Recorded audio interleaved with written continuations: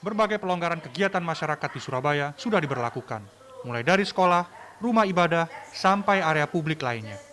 Meski masuk PPKM level 2, kasus aktif di kota Surabaya tidak bisa dikatakan rendah. Data per 13 Maret 2022 tercatat ada 2.356 jiwa. Bahkan pada 12 dan 11 Maret, angka kasus baru melampaui kesembuhan. Pada 12 Maret, ada 192 kasus sembuh dan 242 kasus baru. Lalu 11 Maret, ada 222 sembuh berbanding 333 kasus baru. Pemerintah Kota Surabaya mengklaim pandemi saat ini sudah terkendali. Kepala Badan Penanggulangan Bencana Daerah (BPBD) Kota Surabaya, Ridwan Mubarun mengatakan, kasus harian terus turun. Pemkot tetap akan melakukan sosialisasi dan penindakan berupa swab test bagi pelanggar protokol kesehatan setiap malam dan akhir pekan.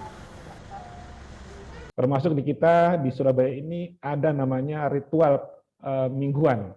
Ya, ritual mingguan tiap malam minggu itu teman-teman sekecamatan secara bersamaan melakukan swab hunter. Nah, bagi pelanggar prokes itu ya tidak disanksi denda dan sebagainya, tapi disanksi untuk menjalani tes. Ya, 3 minggu, 4 minggu yang lalu, sebulan yang lalu, 3 minggu, ketika kita melakukan swab hunter, melakukan tes ke masyarakat, banyak yang positif. Namun 2 minggu berturut ini, termasuk tadi malam minggu kemarin, dari 300 yang dites, hanya 1 yang positif. Untuk tiket dipersiapkan dan aplikasi Peduli Lindungi dipersiapkan. 2 tahun pandemi, situasi Indonesia saat ini masuk fase pemulihan ekonomi. Kewajiban negatif COVID antigen dan PCR untuk pertama kalinya dihapus sebagai syarat perjalanan sampai penerbangan internasional sudah dibuka tanpa karantina. Hal ini dilakukan untuk memutar roda perekonomian. Epidemiolog Griffith University Australia, Diki Budiman mengingatkan, aspek kesehatan harus menjadi penentu kebijakan. Menurut Diki, ketika aspek kesehatan diabaikan, pemulihan yang dilakukan malah berpotensi memperparah situasi pandemi. Klaim pemerintah terkait transisi pandemi menuju endemi jangan sampai menjadi euforia sehingga lepas protokol kesehatan.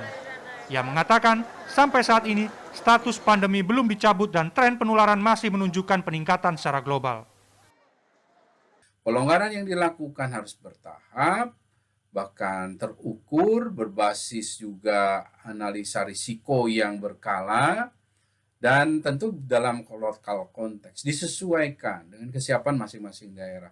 Tidak bisa digeneralisasi. Jadi ini juga jangan sampai menimbulkan euforia yang menganggap bahwa pandemi sudah berakhir. Tidak, pandemi masih ada dan pandemi masih berstatus bahkan secara global dalam skala yang sekarang sedang meningkat kasusnya.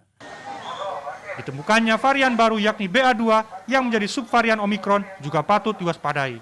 Diki mengungkapkan varian ini bersifat lebih cepat menular.